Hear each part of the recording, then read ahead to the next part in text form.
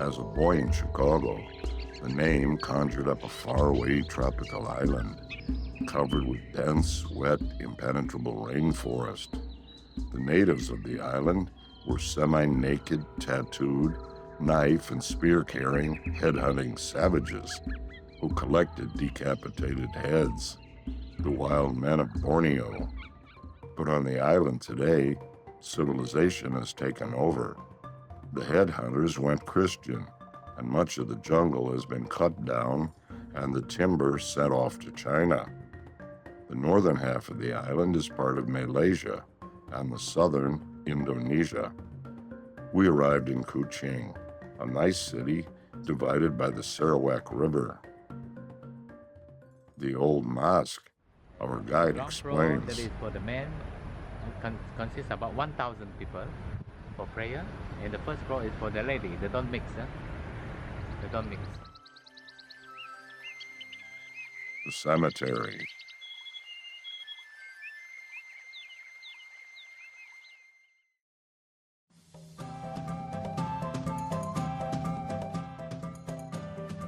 Shopping in Old Kuching.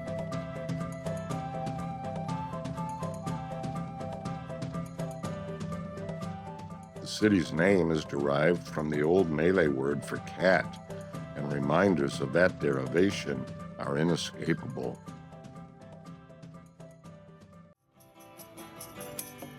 Musical talent on the banks of the river.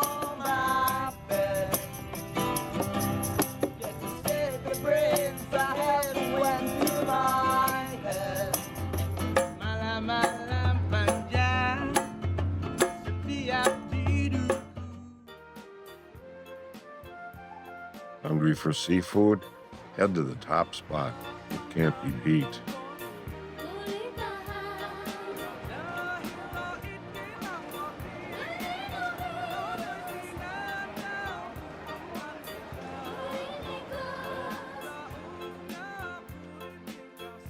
Pompano and red snapper.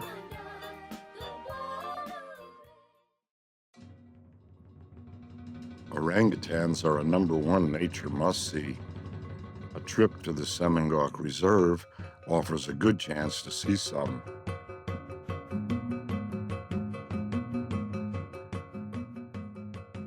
Pitcher plants. Orangutans still exist in the wild, but their distribution is spotty in isolated patches of remaining forest.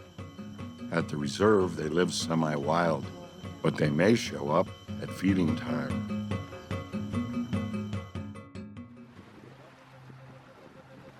We went with our guide by boat to a little village called Santabong.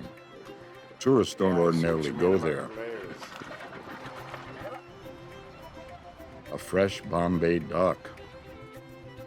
The whole little village was built on stilts.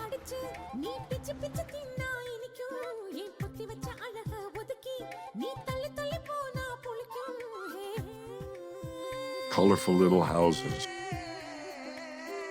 Cute Hello. kids. Oh, nice.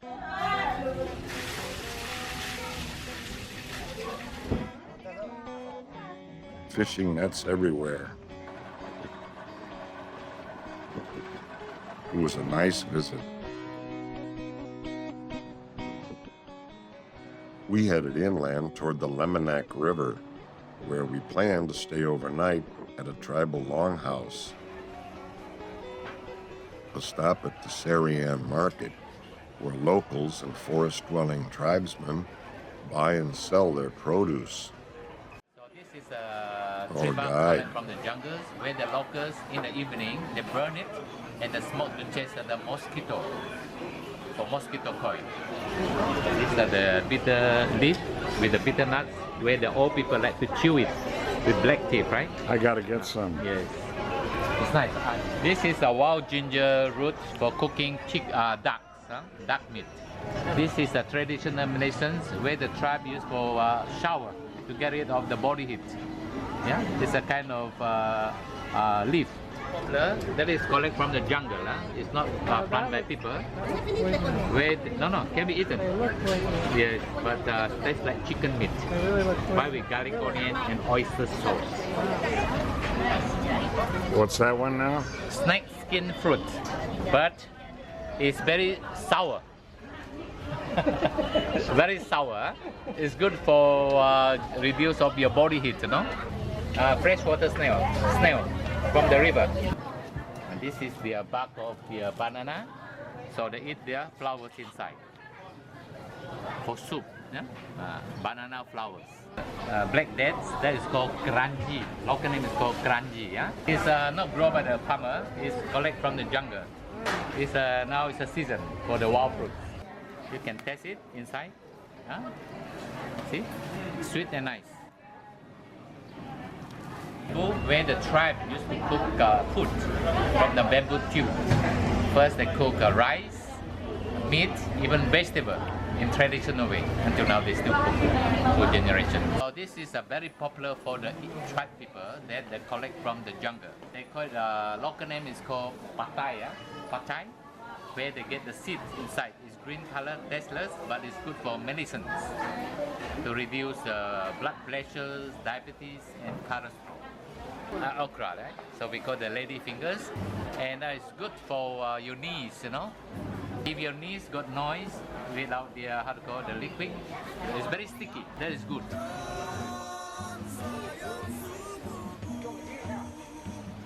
Plenty of fish, most growing in ponds and rice paddies.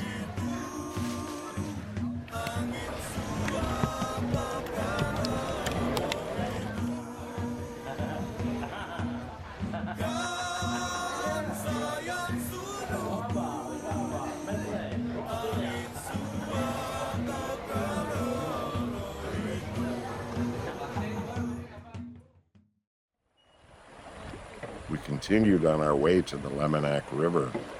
Skinny boats awaited us on the muddy banks. Our destination, an Eban longhouse called Nima. We plan to stay with them overnight. There's many diverse tribal groups in Borneo, 100 tribes and dialects. Today, the Eban make up 30% of the indigenous people. They all live longhouse style, where families in a group have apartments connected to a long hallway shared by all the residents. We finally reached our destination.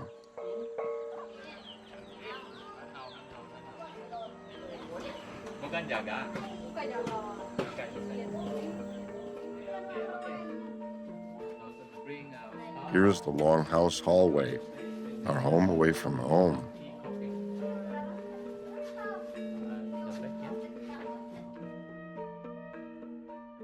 They had just shot a wild pig, which they invited us to share with them. Ah, there is intestine, no? Intestine. They also eat everything.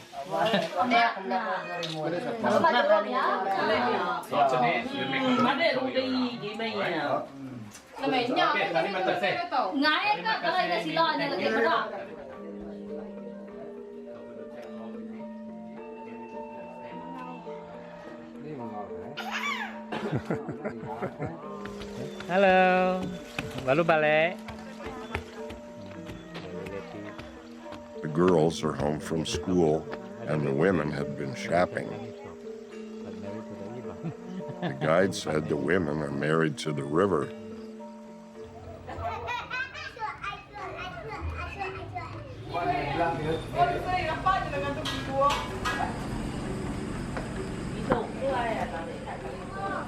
Hugs.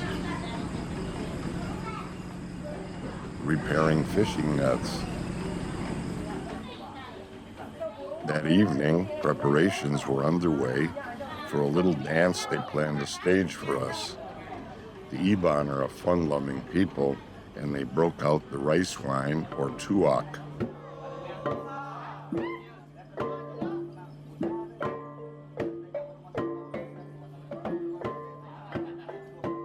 The girls danced gracefully.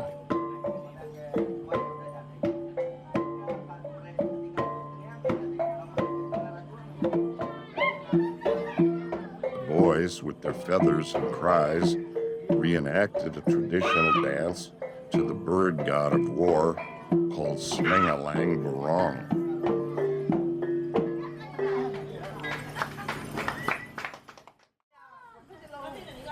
After the show, they prepared our sleeping accommodations. No electricity after 9, no running water, and a treacherous, steep downhill path to the very unappealing toilet facilities.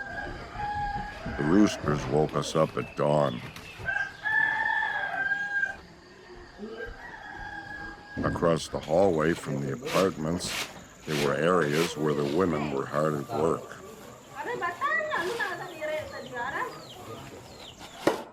They get the target, the blue eyes, blowpipe. No hunting in northern days. The dogs put the poison. It's original blowpipe.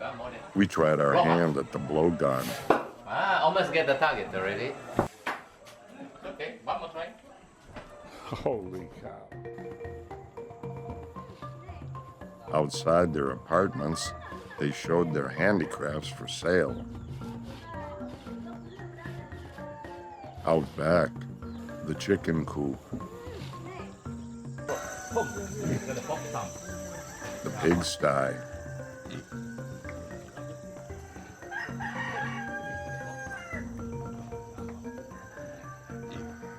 some of the residents were off to the garden.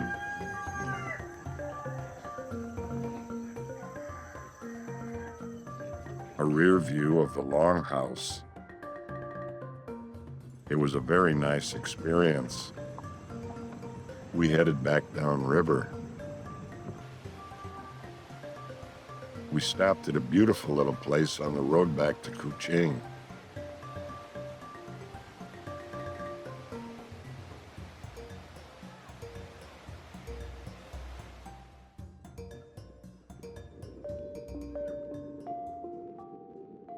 Next, we flew from there to Sandakan, and on our way into the city, we passed a waterfront community that the driver said was off limits to visitors. Arriving at our hotel, I prevailed on the concierge to find someone to take us back there, and he found a guy with a taxi that lived nearby. We went back and I took these pictures. The people who live here are squatters, and the days are numbered for this whole little community.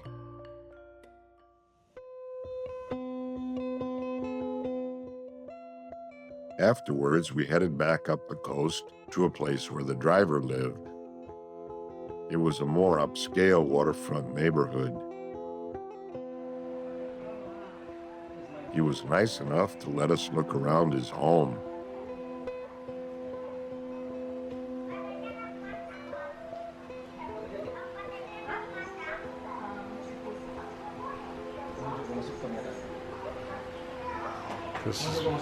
Okay, me, you're going to be on camera. Yeah, I know. Okay, good. There was a wedding taking place in the neighborhood, and they graciously invited us in. Such sweet people.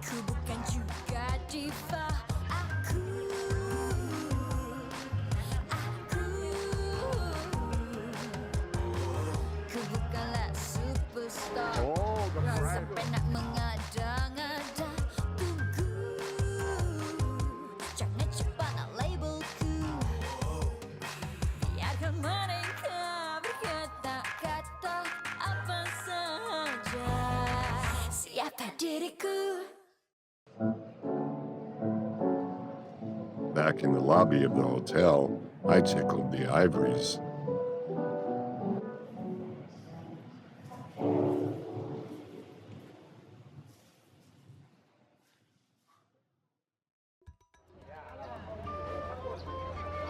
The fish market started on the streets outside the main market at 3 a.m.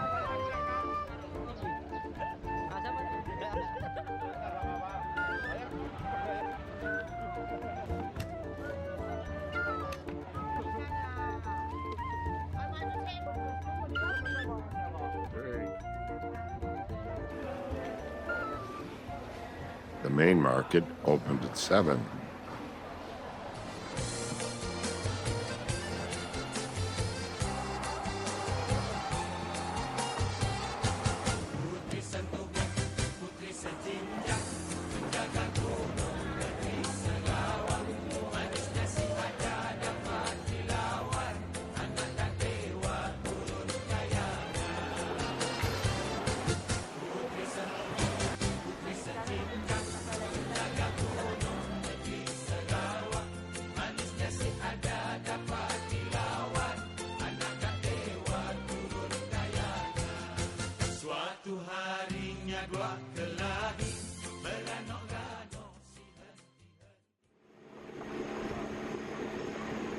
We hopped a boat and headed up the Kinabatangan River for an overnight stay. A beautiful place, well known for the interesting wildlife that can be seen riverside. Elephants, monkeys in the trees,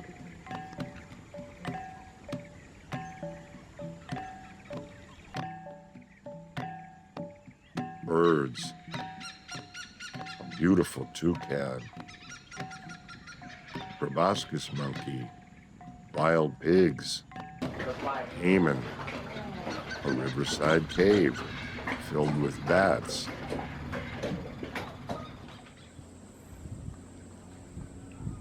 the lodge,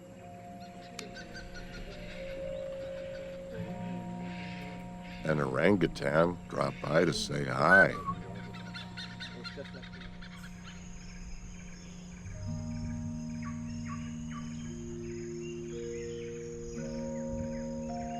A dawn trip up a small tributary to a hidden lake.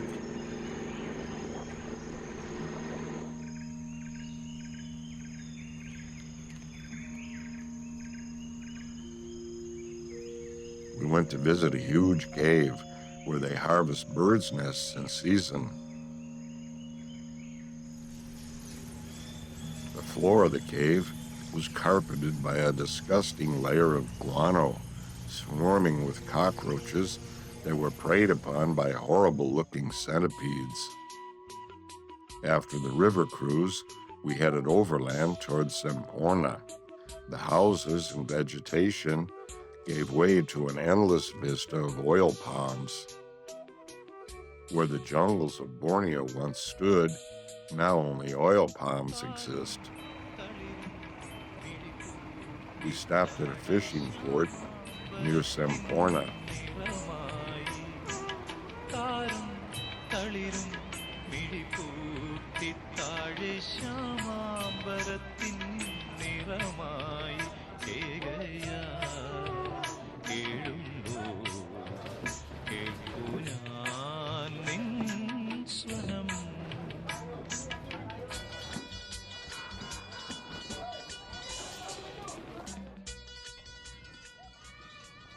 We arrived in Semporna and got on a boat headed out towards Kapolai Lodge and Sipadan Island, one of scuba diving's premier destinations. I couldn't wait. The lodge in shallow water is built entirely on stilts. Disconcertingly, a few months before, Philippine pirates had kidnapped a Chinese couple from the lodge in the middle of the night, and they were taken back to the Philippines and held for ransom. I don't know if they were ever freed. Only 120 divers a day are allowed to dive at Sipadan. I got out there twice. My fellow divers couldn't believe an old guy like me was still able to do it.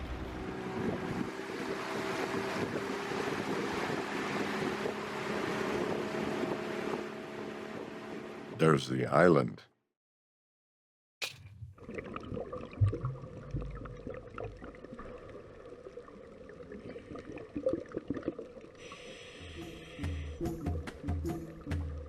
Here's some examples of the denizens that live in these beautiful waters.